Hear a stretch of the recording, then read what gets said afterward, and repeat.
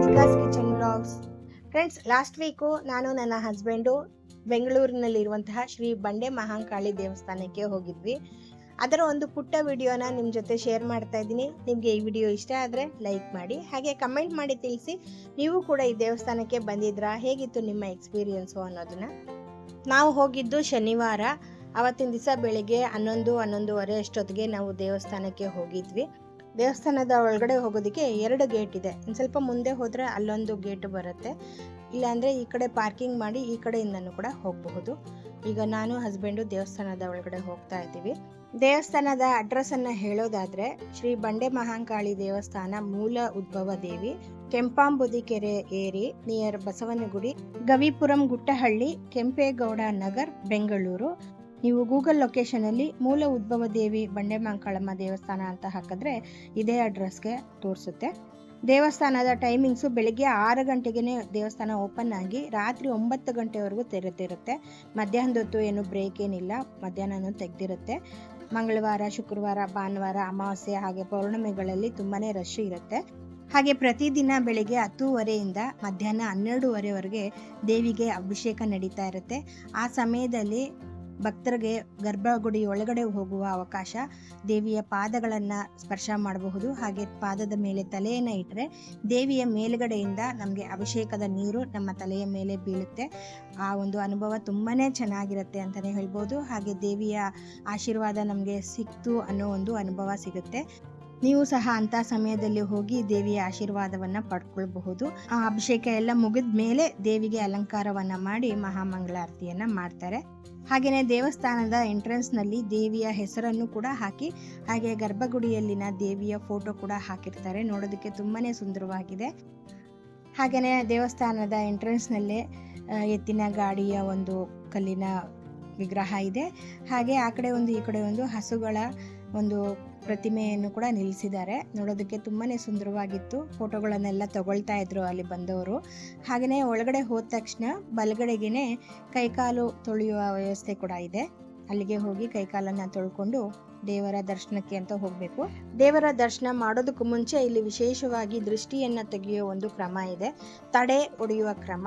ಅದನ್ನು ಹೊಡೆಸ್ಕೊಂಡು ನಂತರದಲ್ಲಿ ನಾವು ಮತ್ತೆ ಕೈಕಾಲನ್ನು ತೊಳ್ಕೊಂಡು ದೇವಿಯ ದರ್ಶನಕ್ಕೆ ಹೋಗಬೇಕು. ಇಲ್ಲಿ ದೊಡ್ಡವರಿಂದ ಹಿಡಿದು ಚಿಕ್ಕವರವರೆಗೂ ಮಕ್ಕಳವ್ರಿಗೂ ಕೂಡ ದೃಷ್ಟಿಯನ್ನು ತೆಗೆಸ್ಕೊಳ್ತಿರ್ತಾರೆ. ಆರೋಗ್ಯ ಸಮಸ್ಯೆಗೆ, ದೃಷ್ಟಿ ದೋಷಕ್ಕೆ ಕೂಡ ತುಂಬಾ ಒಳ್ಳೆಯದು. ಹಾಗೆ ಇಲ್ಲಿ ದೇವಿಯು ಕೂಡ ತುಂಬಾ ಪವರ್ಫುಲ್ ಅಂತಲೇ ಹೇಳ್ಬಹುದು. ನಾವು ಏನೇ ಒಂದು ಹರಕೆಯನ್ನು ಹರಿಸ್ಕೊಂಡ್ರು ಕೂಡ ಇಲ್ಲಿ ನೆರವೇರುತ್ತೆ ಅನ್ನೋ ಒಂದು ನಂಬಿಕೆ, ಆ ಒಂದು ಅನುಭವ ನಮಗೂ ಕೂಡ ಆಗಿದೆ. ಆ ಹರಕೆಗೋಸ್ಕರನೇ ನಿಂಬೆ ಹಣ್ಣಿನ ದೀಪಗಳನ್ನು ಹಚ್ತಾರೆ. ಹಾಗೆ ಅಲ್ಲಿ ಬೀಗದ ಕೈಗಳನ್ನು ಕಟ್ಟಿರ್ತಾರೆ. ನಂತರದಲ್ಲಿ ಕೆಂಪು ದಾರವನ್ನು ಕೂಡ ಹರಕೆ ಮಾಡಿ ಕಟ್ಟಿರ್ತಾರೆ. ಅದು ಕೂಡ ಒಂದು ವಿಶೇಷ ಅಂತಲೇ ಹೇಳ್ಬೋದು. ನಾವು ಕೂಡ ತಡೆಯನ್ನು ಹೊಡೆಸ್ಕೊಳ್ಳೋಣ ಅಂತ ಅಂದ್ಬಿಟ್ಟು ಅದರ ಸಾಮಗ್ರಿಗಳನ್ನು ತಗೊಂಡು ತಡೆ ಹೊಡೆಯುವ ಸ್ಥಳಕ್ಕೆ ಹೋಗ್ತಾ ಇದ್ದೀವಿ. ದೇವಸ್ಥಾನದ ಒಳಗಡೆ ಪ್ರತಿ ಗೋಡೆಯಲ್ಲೂ ಕೂಡ ವಿಶೇಷ ಸಂದರ್ಭಗಳ ಫೋಟೋಗಳನ್ನು ಹಾಕಿದ್ದಾರೆ ದೇವಸ್ಥಾನದ್ದು. ಹಾಗೆ ದೇವರ ದರ್ಶನಕ್ಕೆ ಬಂದಿದ್ದಂತಹ ಸೆಲೆಬ್ರಿಟೀಸು, ಫಿಲ್ಮ್ ಆಕ್ಟರ್ಸ್ ಫೋಟೋಗಳನ್ನು ಹಾಕಿದ್ದಾರೆ. ಹಾಗೆ ತುಂಬ ಸುಂದರವಾದ ಮೀನಿನ ಅಕ್ವೇರಿಯಂಗಳನ್ನು ಕೂಡ ಇಟ್ಟಿದ್ದಾರೆ. ನಾವು ಮೇಲೆ ಹೋದ ತಕ್ಷಣ ಮೊದಲಿಗೆ ಗಣಪತಿಯ ದರ್ಶನ ಆಗುತ್ತೆ. ಹಾಗೆ ಅಲ್ಲಲ್ಲಿ ಅಮ್ಮನವರ ವಿಗ್ರಹಗಳನ್ನು ಪ್ರತಿಷ್ಠಾಪನೆ ಮಾಡಿದ್ದಾರೆ. ಅವರ ದರ್ಶನವನ್ನು ಕೂಡ ಮಾಡ್ಕೊಳ್ತಾ ನಾವು ತಡೆ ಹೊಡೆಯುವ ಜಾಗಕ್ಕೆ ಹೋದ್ವಿ. ಇಲ್ಲಿ ನಾಡಮಾರಮ್ಮ ಎಂಬ ದೇವಿಯ ದರ್ಶನ ಆಯಿತು. ಹಾಗೆ ಅಲ್ಲಿ ತಡೆ ಹೊಡೆಯೋ ಸ್ಥಳದಲ್ಲಿ ನಮಗೆ ವಿಡಿಯೋ ಮಾಡೋ ಅವಕಾಶ ಇಲ್ಲ, ಮಾಡಲೂಬಾರ್ದು. ಅದಕ್ಕೋಸ್ಕರ ನಾವು ಹೋಗಿ ತಡೆಯನ್ನು ಹೊಡೆಸ್ಕೊಂಡು ನಂತರ ಕೆಳಗೆ ಬಂದು ಕೈಕಾಲನ್ನು ತೊಳೆದು ತಲೆ ಮೇಲೆ ನೀರನ್ನು ಪ್ರೋಕ್ಷಣೆ ಮಾಡಿಕೊಂಡು ನಾವು ದೇವಿಯ ದರ್ಶನಕ್ಕೆ ಹೋಗ್ತಾ ಇದ್ದೀವಿ. ನೋಡಿ, ಅಲ್ಲಿ ಒಂದು ದೊಡ್ಡ ಗಾತ್ರದ ಬಂಡೆಯ ಮೇಲೆ ಆನೆಯ ಚಿತ್ತಾರವನ್ನು ಬಿಡಿಸಿದ್ದಾರೆ. ತುಂಬಾ ಸುಂದರವಾಗಿತ್ತು ನೋಡೋದಕ್ಕೆ. ಹಾಗೆಯೇ ಅಲ್ಲಿ ರೈಟ್ ಸೈಡಲ್ಲಿ ಯಾರ ಮುನಿಗಳ ಒಂದು ವಿಗ್ರಹ ಇತ್ತು. ಯಾವ ಮುನಿಗಳು ಅನ್ನೋದು ನೆನಪು ಬರ್ತಾ ಇಲ್ಲ. ಹಾಗೆ ಅಲ್ಲಿ ಮುಂದಗಡೆ ಬನ್ನಿ ಮಹಾಂಕಾಳಿ ಅನ್ನುವ ಒಂದು ದೇವಿಯ ಗುಡಿ ಇದೆ. ಅಲ್ಲೂ ಕೂಡ ಕೆಲವರು ದೃಷ್ಟಿಯನ್ನು ತೆಗಿತಾ ಇದ್ರು ಪುರೋಹಿತರು. ಅಲ್ಲಿ ದೇವಿಯ ದರ್ಶನವನ್ನು ಮಾಡಿಕೊಂಡು ಆರತಿಯನ್ನು ತಗೊಂಡು ಬಂಡೆ ಮಹಾಂಕಾಳಿ ಗರ್ಭಗುಡಿಯ ಕಡೆ ಹೊರಟ್ವಿ. ಅಲ್ಲಿ ವಿಡಿಯೋ ಮಾಡೋ ಅವಕಾಶ ಇರಲಿಲ್ಲ, ಫೋನ್ಗಳನ್ನು ಸ್ವಿಚ್ ಆಫ್ ಮಾಡಿ ಅಂತ ಹೇಳ್ತಾ ಇದ್ರು. ನಾವು ಲೈನ್ನಲ್ಲಿ ಹೋಗುವಾಗ ಗರ್ಭಗುಡಿಗೆ ಹೋಗುವ ಮುಂಚೆ ತಕಡಿಗಳನ್ನು ಇಟ್ಟಿದ್ರು ತುಲಾಭಾರವನ್ನು ಮಾಡೋದಕ್ಕೋಸ್ಕರ. ಅಲ್ಲಿ ಒಂದು ಮಗುಗೆ ಅಕ್ಕಿಯ ತುಲಾಭಾರವನ್ನು ಕೂಡ ಮಾಡ್ತಾ ಇದ್ರು.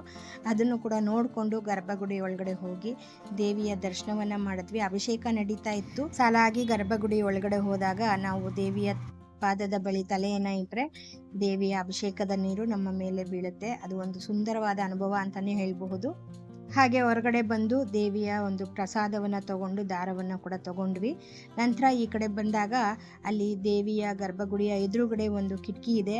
ಅದರಲ್ಲಿ ನಾನು ವಿಡಿಯೋ ಮಾಡೋದಕ್ಕೆ ಟ್ರೈ ಮಾಡಿದೆ, ಅಷ್ಟಾಗಿ ಕಾಣಿಸ್ತಿರ್ಲಿಲ್ಲ. ನೋಡ್ತಿರ್ಬೋದು ನೀವು, ಬೆಳ್ಳಿಯ ಚೆಂಬಿನಲ್ಲಿ ದೇವಿಯ ಮೇಲ್ಗಡೆಯಿಂದ ಅಭಿಷೇಕವನ್ನ ಮಾಡ್ತಿರೋದು ಸ್ವಲ್ಪವಾಗಿ ಕಾಣಿಸ್ತಾ ಇತ್ತು ಅಷ್ಟೇನೆ. ಹಾಗೇನೆ ಅಲ್ಲಿ ಊಟದ ವ್ಯವಸ್ಥೆ ಕೂಡ ಇರುತ್ತೆ, ಅದನ್ನು ಕೂಡ ಮಾಡ್ಕೊಂಡು ಹೋಗಬಹುದು. ಹಾಗೆ ಅಲ್ಲಿ ಕೆಲವೊಂದು ಫೋಟೋಸ್ ಅನ್ನ ತಗೊಂಡು ಮನೆ ಕಡೆ ಹೊರಟ್ವಿ. ಫ್ರೆಂಡ್ಸ್, ನೋಡಿದ್ರಲ್ಲ, ಬಂಡೆ ಮಹಾಂಕಾಳಮ್ಮ ದೇವಸ್ಥಾನಕ್ಕೆ ನಾವು ಹೋದಾಗ ಆದಂತಹ ಅನುಭವ ಹೀಗಿತ್ತು. ನೀವು ಯಾರೆಲ್ಲ ದೇವಸ್ಥಾನಕ್ಕೆ ಬಂದಿದ್ದೀರಾ ಅನ್ನೋದನ್ನ ಕಮೆಂಟ್ ಬಾಕ್ಸಲ್ಲಿ ತಿಳಿಸಿ. ಹಾಗೆ ಯಾರೆಲ್ಲ ಬಂದಿಲ್ವೋ ತಪ್ಪದೇ ದೇವಿಯ ದರ್ಶನವನ್ನ ಮಾಡ್ಕೊಳ್ಳಿ, ಒಳ್ಳೇದಾಗತ್ತೆ ಅಂತ ಹೇಳ್ತಾ ಮತ್ತೆ ಇನ್ನೊಂದು ವಿಡಿಯೋ ಜೊತೆ ನಿಮ್ಮನ್ನ ಭೇಟಿ ಮಾಡ್ತೀನಿ. ಅಲ್ಲಿವರೆಗೂ ಬಾಯ್ ಫ್ರೆಂಡ್ಸ್.